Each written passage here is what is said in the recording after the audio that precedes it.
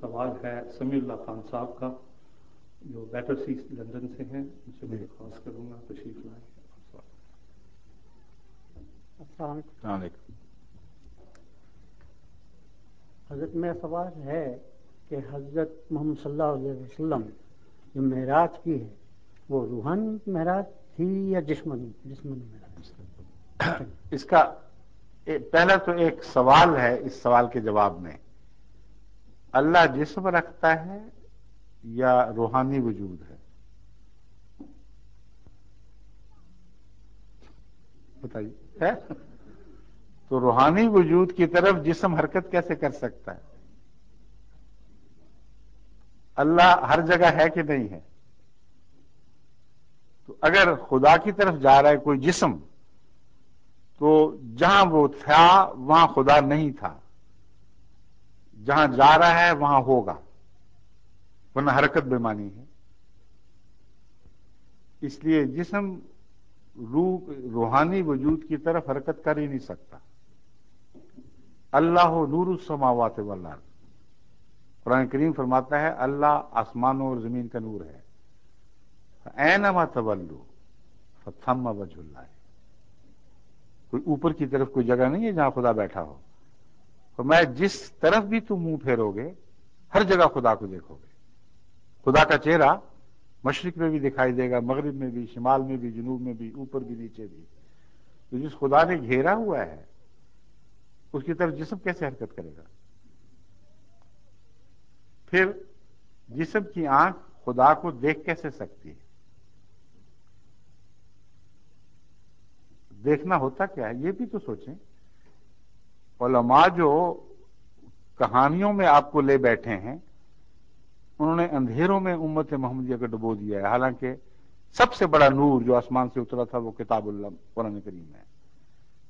اس کے حوالے سے اندھیروں میں لے جاتے ہیں آپ کو۔ آپ کیوں نہیں سوچتے؟ کیوں آگے نہیں کھولتے؟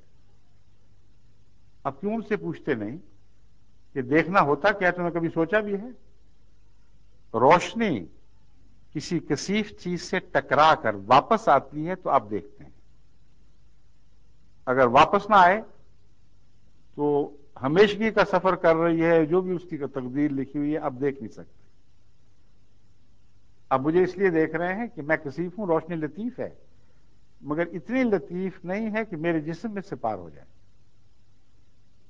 اس لیے اس کا آپ کا دیکھنا روشنی کی کثافت پر بھی اثر روشنی ڈال رہا ہے۔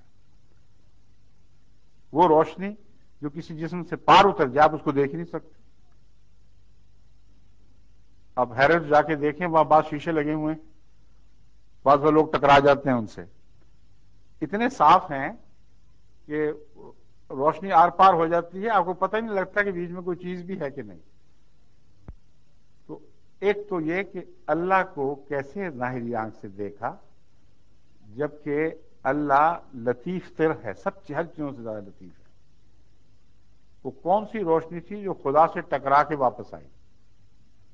اور پھر خدا کہاں کہاں نظر آیا؟ چاروں طرف، اوپر نیچے؟ وہ تو دکھائی دے ہی نہیں سکتا، جو ہر طرف ہو وہ تو دیکھنے والا گھوم جائے گا، پھر اوپر دیکھے گا، نیچے دیکھے گا، اور ایک وقت میں سارے خدا کا سراپا دکھائی دے ہی نہیں سکتا اگر کثیف بھی ہو۔ اور یہ بھی نہیں سوچتے کہ قرآن کریم ان باتوں پر خود روشنی ڈال چکا ہے۔ اسی کلام میں جہاں معراج کا ذکر ہے اللہ تعالیٰ فرماتا ہے ما کذب الفؤاد ما رأى، دل نے جھوٹ نہیں بولا جو اس نے دیکھا۔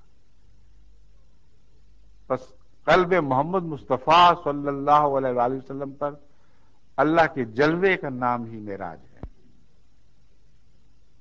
اور احادیث میں اگر وہ پوری پڑھیں تو یہ کیوں نہیں پڑھتے کہ حضرت عائشہ صدیقہ رضی اللہ تعالی عنہا کی حدیث ہے کہ جس رات معراج ہوا ہے رسول اللہ صلی اللہ علیہ وآلہ وسلم کا جسم وہیں حتیم میں خانہ کعبہ کی دیوار کے اندر اسی طرح موجود رہا۔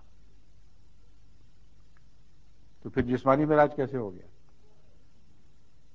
پھر لکھا ہوا ہے ثم استيقظ، پھر آپ کی آنکھ کھل گئی۔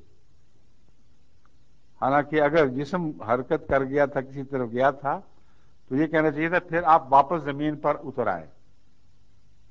فرمایا ثم استيقظ، پھر آپ کی آنکھ کھل گئی. تو جماعت احمدیہ ان امور کے پیش نظر جو منطقی دلائل بھی رکھتے ہیں اور قرآن اور حدیث کے الفاظ سے بھی مطابقت رکھتے ہیں، یہ دعویٰ کرتی ہے کہ ایک عظیم الشان روحانی کشف تھا. ایسا روحانی کشف تھا جو محمد رسول اللہ صلی اللہ علیہ وآلہ وسلم کی خاتمیت پر روشنی ڈالنے والا تھا. اور اس کا گہرا تعلق خاتمیت سے اس وقت میرے اختصار کی وجہ سے اور بھی بہت سے معنی ہیں، چند بیان کیے تھے. اب آپ نے مجھے موقع دے دیا یہ معنی بیان کرنے کا. خاتم سے مراد وہ اس درجے تک پہنچنا ہے جس درجے تک انسان پہنچ سکتا تھا، اس درجے تک پہنچنا ہے جس کے بعد خدائی شروع ہو جاتی ہے، اس درجے تک پہنچنا ہے جس تک کوئی رسول نہیں پہنچ سکا. اور رسل میں ملائکہ بھی داخل ہیں، کیونکہ قرآن کریم خود دعویٰ کرتا ہے کہ میں جب رسول بھیجتا ہوں تو انسانوں میں سے بھی ملائکہ میں سے بھی.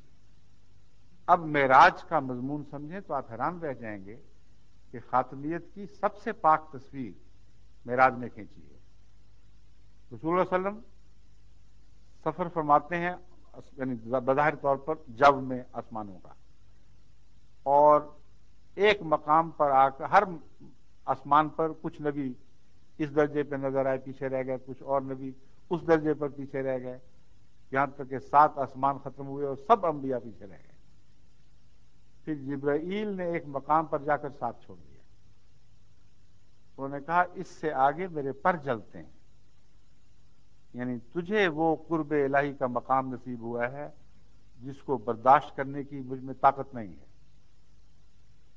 تمام مخلوق سے افضل یہ مطلب ہے خاتم کا، اس حد تک پہنچنے والا جس سے آگے پھر مخلوقات کی مجال نہیں ہے کہ آگے قدم رکھیں. وہ خدائی کی وہ صفات ہیں جن میں کوئی شریک نہیں ہے، نہ ہو سکتا ہے نہ سمجھ سکتا ہے. سدرۃ منتہا وہاں دیکھی. قرآن کریم فرماتا ہے سدرۃ منتہا کیا ہے؟ وہ بیری جو بارڈر پہ لگی ہوئی ہے.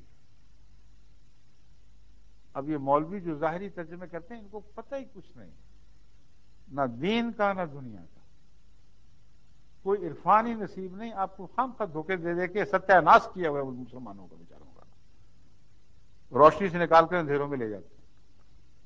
اب بیری وہاں کیا کر رہی ہے اب بتائیں؟ اور بیری ازل سے وہاں تھی تو رسول اللہ صلی اللہ علیہ وسلم سے نعوذ باللہ تو بیری افضل ہو گئی. رسول اللہ صلی اللہ علیہ وسلم تو ٹچ کر کے واپس آ گئے، بیری وہیں کھڑی ہے. سمبل ہیں یہ، ان کو سمجھیں. عربوں میں بھی رواج تھا، ہمارے پنجاب میں بھی رواج اب تک رہا ہے. میں خود دیہات میں چکر لگاتا رہا ہوں. بیریوں کی باڑ لگائی جاتی ہے حدیں بتانے کے لیے، اور بیریاں اس لیے لگائی جاتی ہیں کہ جو جھاڑ بیری ہے اس کو پار کرنا بڑا مشکل کام ہے، کانٹے بڑے سخت ہوتے ہیں. اس لیے سب سے اعلیٰ باڑ جو سرحد کی حفاظت کرتی ہے وہ بیری ہے. تو بیری سمبل تھا اس حد کی جہاں انسانیت کا دور ختم ہو گیا، جہاں تنہا خدائی ہے. اور یہ عرش کا معنی یہ بھی ہے، وہ مقام جہاں کوئی مخلوق شریک نہیں ہے، صرف اللہ ہے. رسول اللہ صلی اللہ علیہ وآلہ وسلم کی اس مقام تک رسائی ہوئی ہے. یہ پیغام بھی معراج میں ہے اگر آپ اس کو مانوی سمجھیں، روحانی سمجھیں، ورنہ کچھ بھی نہیں، ورنہ تماشا ہے. وہ تماشا جس کو دنیا میں کوئی معقول آدمی کسی قیمت پہ تسلیم نہیں کرے گا. کیونکہ اگر روشنی کے کندھوں پر بیٹھ کے بھی آپ خدا تک جانا تو درکنار کائنات کا سفر شروع کریں تو روشنی کی رفتار سے تیز تو کہتے ہیں کہ جسم چل ہی نہیں سکتا. سائنس ثابت کر چکی ہے کہ بھسم ہو جائے گا، ختم ہو جائے گا. روشنی کے کندھوں پر بیٹھ کے سفر کریں تو 20 ارب سال حرکت کرتے رہیں تب بھی اس کائنات کے کناروں تک بھی نہیں پہنچ سکتے. اور ابھی اور بھی بہت سی کائنات ہیں. تو کیسا لغو تصور ہے جو خدا کی تخلیق کے سے متصادم، خدا نے جس رنگ میں کائنات پیدا فرمائی ہے اس سے ٹکرا رہا ہے. اور پھر ہے بھی بڑا تمسخر امیز کہ گھوڑا جس کے پر تھے، اب پر تو ہوا سے چلتے ہیں جن کو کثیف چیز اس کو دھکیلتے ہیں، وہ پر کس چیز پہ چل رہے تھے جب ہوا سے اوپر نکلے، اور ریڈیشن کے خلاف اس میں کیا طاقت تھی؟ بچگانہ سوچے ہیں، صرف کہانیاں ہیں، لیکن اگر آپ ایک احمدی کی نظر سے جو مسیح موعود علیہ الصلوۃ والسلام کی فیض سے ہم نے پائی ہے، مہدی اس لیے فرمایا گیا، اللہ تعالیٰ کے رسول نے ان کو فرمایا کہ اللہ سے ہدایت پا کر اس نے قرآن کی روشنی اثر نو ہمیں عطا کی ہے۔ وہ یہ ہے کہ در حقیقت کوئی مادی سفر نہیں تھا، ایک روحانی سفر تھا جس کے اندر عظیم الشان پیغامات تھے۔ مثلا اسی معراج کے متعلق لکھا ہے کہ آپ کو رستے میں ایک بڑھیا ملی، اس بڑھیا نے 3 کٹورے اٹھائے ہوئے تھے، ایک کٹورے میں دودھ تھا، ایک میں شراب تھی، ایک میں پانی تھا۔ حضرت محمد رسول اللہ صلی اللہ علیہ وآلہ وسلم نے شراب کو بھی رد فرما دیا، پانی کو بھی رد فرما دیا، دودھ لیا اور پی لیا۔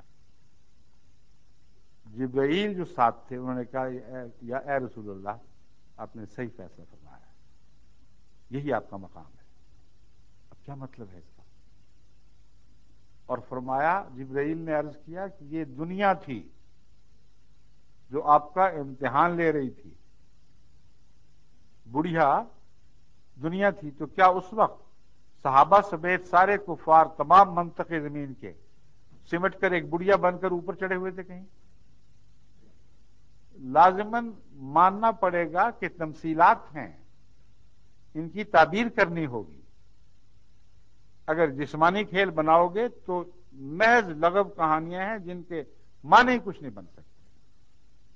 روحانی معنی سمجھیں گے تو محمد رسول اللہ علیہ وسلم کا مرتبہ اور مقام اس طرح آپ کو سمجھ آئے گا، اس سے پہلے آپ کا تصور بھی وہاں نہیں گیا تھا۔ اب میں آپ کو بتاتا ہوں مراد کیا ہے۔ ہم کہتے ہیں روحانی معنی ہے، تصویری زبان ہے۔ تصویری زبان میں یہ بتایا گیا ہے کہ پانی زندگی قائم رکھنے کے لیے ضروری ہے، لیکن اکیلا پانی کافی نہیں ہے۔ حیات تو ہے لیکن تنہا پانی پر حیات مبنی نہیں ہے، توانائی بھی چاہیے۔ شراب میں توانائی تو ہے لیکن ایسی توانائی ہے جو جسم کی توانائی کھا جاتی ہے، اور خون ہی کو جسم کے کناروں پر پھینک کر اس کا میٹابولزم تیز کر کے ایک توانائی بخشتی ہے۔ اور شراب پر بھی کوئی شخص زندہ نہیں رہ سکتا، کھائے بغیر نہیں رہ سکتا۔ کبھی شرابیوں کو کباب کی بھی ضرورت پڑتی ہے، اپنا گوشت گھل رہا ہوتا ہے اس لیے دوسرا گوشت کھانا پڑتا ہے۔ ایک دودھ ہے اور صرف ایک دودھ ہے جس کو آج تک کامل غذا سمجھا گیا، قرار دیا گیا۔ ہر تحقیق نے اس کو ثابت کیا، کوئی انسانی تحقیق اس کے خلاف فیصلہ نہیں دے سکی۔ صرف دودھ ہے، مکمل غذا۔ ایک شخص جو ماں کے پیٹ سے نکلتا ہے 2 سال 2.5 سال تک کون سی روٹی کھاتا ہے؟ صرف دودھ پیتا ہے، اور دودھ سے اس کی ہڈیاں بھی بن رہی ہیں، اس کا دماغ بھی بڑھ رہا ہے، اس کی جلد بھی بڑھ رہی ہے، اس کے ناخن بن رہے ہیں، اس کے بال بن رہے ہیں، اس کا ہر عضو بن رہا ہے، اور بہترین صحت۔ اتنا پیارا لگتا ہے وہ بچہ جو دودھ پر پلتا ہے، اس میں کوئی کثافت نہیں، کوئی میل نہیں، کامل غذا ہے۔ اس لیے شریعت کو کامل کیا آپ نے، یہ تعریف کی جاتی ہے۔ خاتم النبیین کا مطلب ہے جس پر ہر تعلیم ختم ہو گئی، اس سے بہتر تعلیم آ نہیں سکتی۔ اور معراج نے ہمیں بتایا، تمام انبیاء پیچھے رہ گئے، سب محمد رسول اللہ سے ادنا تھے، آپ ان سے اوپر نکل گئے، یہ معراج نے ہمیں بتایا۔ تمام مخلوق میں آپ افضل، فرشتوں میں سے فرشتوں کا سردار پیچھے رہ گیا، یہ معراج نے ہمیں بتایا۔ تو یہ معنی ہیں معراج نبوی صلی اللہ علیہ وسلم کے، اور باقی تو صرف قصے کہانیاں ہیں، اور اسلام کی تعریف نہیں، اسلام کو نقصان پہنچانے والی بات ہے۔